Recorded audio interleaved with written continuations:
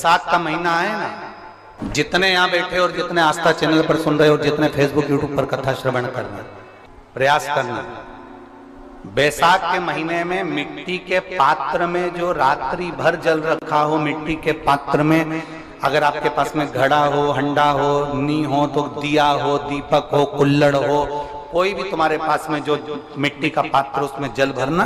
वो जल बैसाख के महीने की किसी भी सोमवार के दिन या किसी प्रदोष के दिन या बैसाख महीने के शिवरात्रि के दिन वो मिट्टी के पात्र का जल अपने घर के प्रत्येक व्यक्ति का स्पर्श कराकर उस मिट्टी के पात्र के जल को तांबे के पात्र में डाल लीजिए और घर के प्रत्येक व्यक्ति का स्पर्श करा लीजिए और शंकर भगवान पर कुंडकेश्वर महादेव के नाम से समर्पित करिए।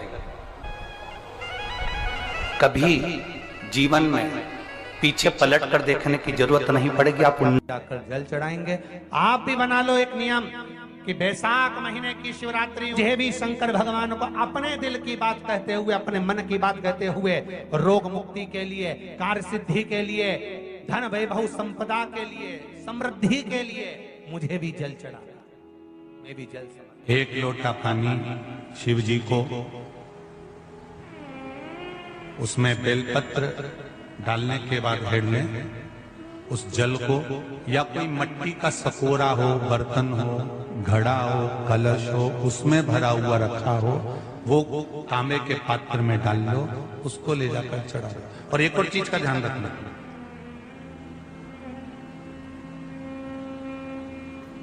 अगर असाध्य रोग, जैसे ऐसा रोग हो जो समाप्त नहीं हो रहा हो, कैंसर, किडनी, लीवर, या किसी का डायलिसिस चल रहा हो, या लीवर काम नहीं कर रहा हो, या शरीर की कोई हड्डी जुड़ नहीं रही हो, तो जो जल शिवजी को लोग चढ़ा रहे हैं वो जल को आचमन कर लेना। और आचमन शंकर भगवान की छोटी बेटी अशोक सुंदरी के नाम से करना, उसका आचमन केवल अशोक सुंदरी के नाम से। और शंकर भगवान की सबसे छोटी लड़की अशोक सुंदरी नंदन वन में पैदा हुई, जन्म ली, नंदन वन में जन्म। नंदन वन मतलब काशी। घर के छोटे बच्चों को भी बोलो, बड़ों को भी बोलो, बुजुर्गों को भी बोलो, चलो एक लोटा पानी चढ़ा के आते हैं, चलो। अगर कैंसर का रोग है या किडनी या लीवर या बुखार, पेट से जुड़ा हुआ, सिर से जुड़ा हुआ, कंधे से जुड़ा हुआ या घुटने से जुड़ा हुआ, या रीढ़ की हड्डी में कहीं पानी भरा गया हो, या कमर झुक रही हो, कोई भी रोग उधर से लेकर शरीर के अंदर नहीं भागता है और वो बेकार हो रहा है। तो बैसाख का महीना चल रहा है राकेश देवी जी, बैसाख का महीना चल रहा है। बैसाख के महीने की शिवरात्रि के दिन, बैसाख के महीने की जो शिवरात्रि आएगी, हर महीने शिवरात्रि आती है, तो बैसाख की जो शिवरात्रि है, इस शिवरात्रि के दिन सुबह 8 बजे से लेकर 11 बजे के बीच में एक लोटा पानी, उसमें थोड़ा सा बेल का फल मिल जाए, उस फल का थोड़ा सा भाग, या तो बेल का फल का अगर छिलका मिल जाए तो उसमें पानी भरकर तांबे के लोटे में डाल लो, या बेल का फल नहीं मिले तो बेलपत्री को लेके उसमें डुबो दो और डुबो के बेलपत्री को बाहर निकाल दो।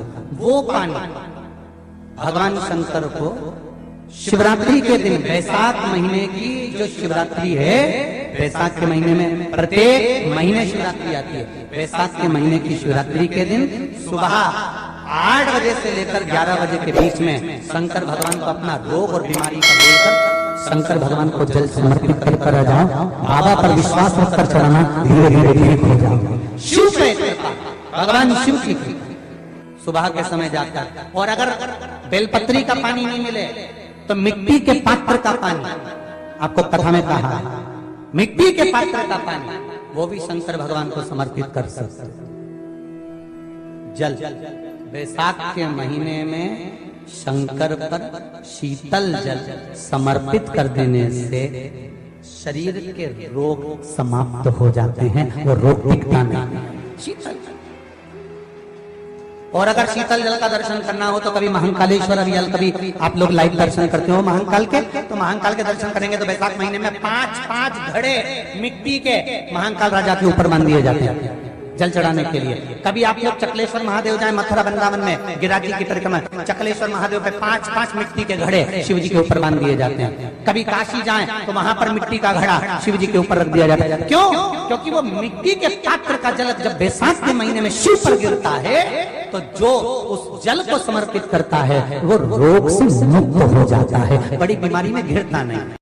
जयंत ब्राह्मण के मुख से श्रवण कर लिया था कि बैसाख महीने में अगर शिवरात्रि पड़े और उस शिवरात्रि पर एक कलश का पात्र, लोटा तांबे का या मिट्टी में रखा हुआ जल पात्र में लेकर एक बेलपत्र का छोटा सा भाग उसमें छुआया हुआ, और फिर निवेदन कर रहा हूं अगर बेलपत्र उस दिन नहीं मिले तो पात्र लेकर चले जाना मंदिर में।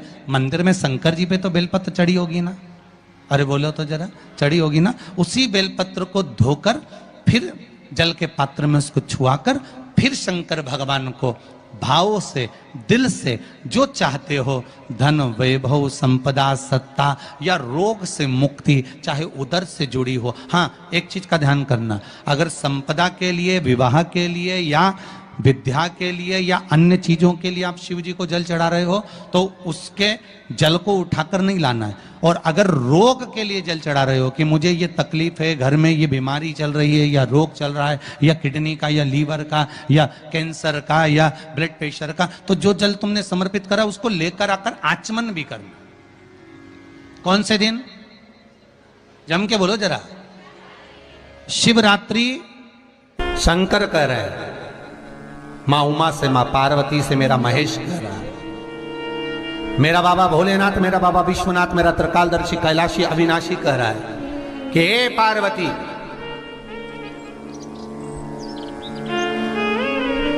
एक बीला, एक बेल जो मुझे समर्पित करता है और समर्पित करने के बाद उस बेल की महत्वता देखिए, जो बैसाख महीने में बाबा शंकर को जो चढ़ाया जाता है और 1000 अश्वमेध यज्ञ का पुण्य फल हम प्राप्त कर लेते, मात्र एक फल चढ़ाकर, मात्र एक फल चढ़ाकर।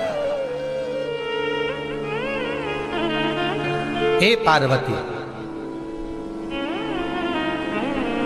संसार का मनुष्य जब मुझे वो बेलपत्र समर्पित कर, वो बेल का फल समर्पित करता है, पार्वती वो फल जो मुझे चढ़ता है, फिर मैं भले नर्मदा के जल से निकला हुआ कंकर शंकर क्यों ना हूं, फिर चाहे मैं गंगा के जल से निकला हुआ कंकर शंकर क्यों ना हूं, चाहे फिर मैं यमुना के जल से निकला हुआ कंकर शंकर क्यों ना हूं, चाहे मैं सरयू के जल से निकला हुआ कंकर शंकर क्यों ना हूं, चाहे मंदाकिनी के जल से निकला हुआ कंकर शंकर क्यों ना हूं, ए पार्वती, फिर जो भी शिवलिंग पर वो बेल समर्पित होता है वो बेल उठाकर जीव अपने कार्य में ले सकता है। ये माँ उमा से कह रहा है। तो उस बेल की महत्वता जानेंगे।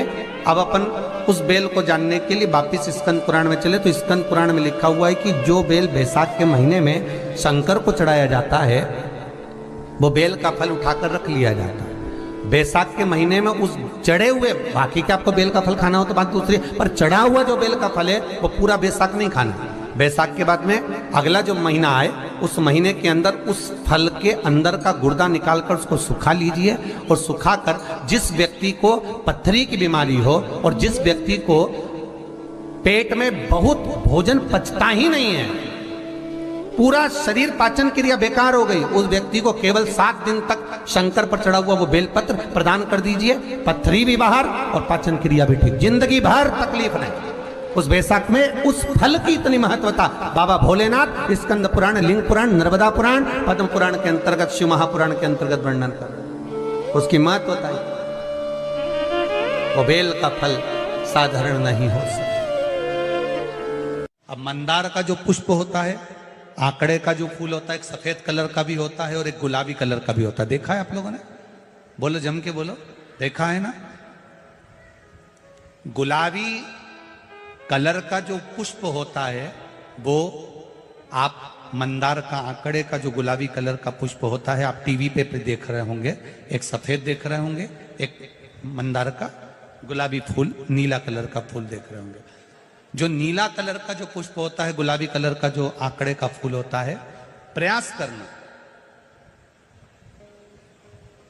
जब किसी विषम परिस्थिति में फंस गए, विषम परिस्थिति, जब आपको लग रहा है कि मुझे बहुत भय लग रहा है, कुछ बुरा होने वाला, आपको लग रहा है आज मेरी उल्टी आंख बहुत फड़क रही है, कुछ गड़बड़ होने वाला है, आपको लग रहा है मेरी सीधी आंख फड़क रही, कुछ गड़बड़ होने वाला है, तब केवल वो नीला जो गुलाबी पुष्प है मंदार का, उसको कहीं से लाकर शिवालय में अशोक सुंदरी वाली जगह पर स्पर्श कर कर शिवलिंग पर आप चढ़ा दीजिए।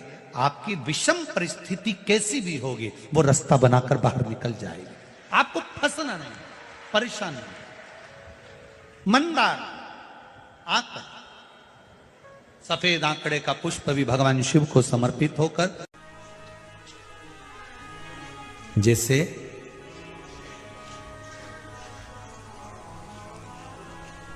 बेले के फल का गुर्दा, बेल का जो फल होता है, बेलपत्री का फल, उसका जैसे गुर्दा, उसके अंदर का जो भाग होता है बेल का, वो गुर्दा,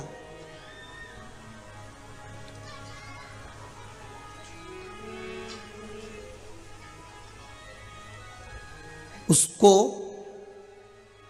अग्नि में जलाकर उसकी भस्म तैयार कर कर छान कर जब जब आपके यहां विद्वान ब्राह्मण शिव जी का अभिषेक कराते हैं, पूजन कराते हैं, तो उसमें लिखते हैं पूजन के साहित्य में बेलपत्री, धतूरा, दुर्वा, ये उसमें नीचे लिखेंगे भस्म। लिखते कि नहीं लिखते? लिखते हैं ना, भस्म अभिषेक में चाहिए रहती है। तब उस भस्म का थोड़ा सा भी भाग आप अगर शिव को समर्पित कर रहे हो तो ये जान लें कि शंकर मनवांछित फल प्रदान कर रहे हैं। शिव फल प्रदान कर रहे हैं।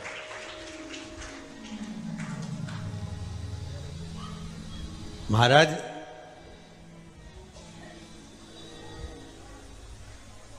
बेलपत्री के वृक्ष के नीचे बैठकर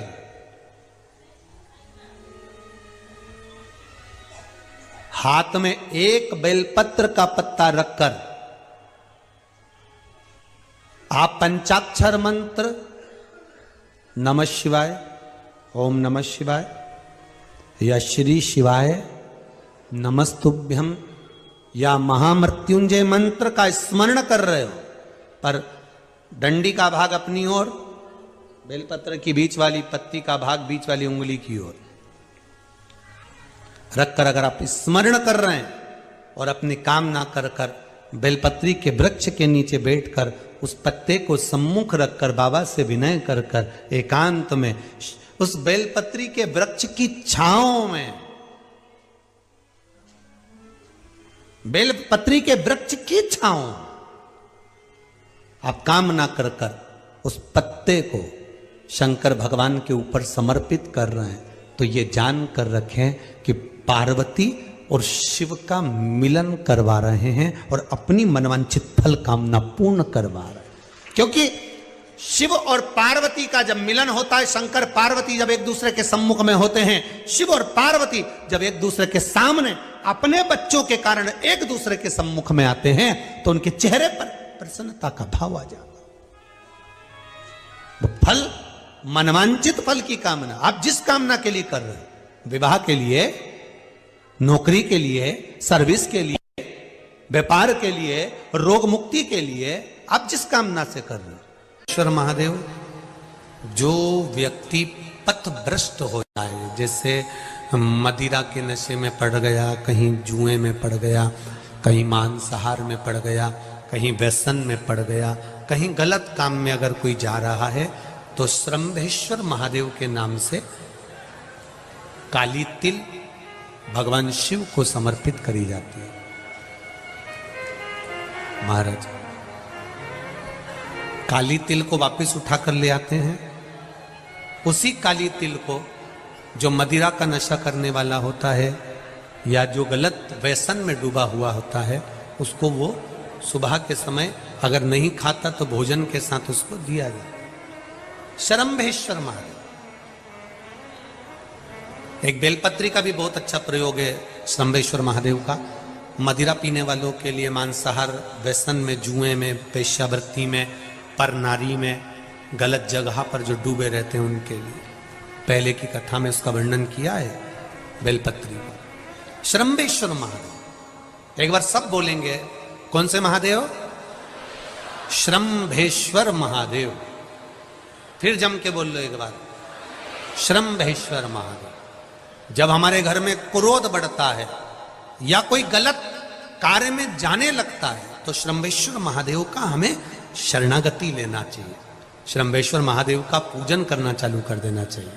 कई लोग कहते हैं महाराज जी ये श्रम्भेश्वर महादेव का मंदिर कहाँ मिलेगा, हम कहाँ पूजन करने जाए? कहीं नहीं जाना, तुम्हारे घर के पास में जो शंकर जी का मंदिर है वहीं जाओ, उसी देवालय में, उसी मंदिर में जाओ, श्रम्भेश्वर महादेव के नाम से जल चढ़ाना प्रारंभ करेंगे। वो जल जो गलत संगत में पड़ा हुआ है उसका आचमन कराना प्रारंभ करेंगे, अपने आप उसकी धीरे धीरे बुद्धि सुधरना प्रारंभ हो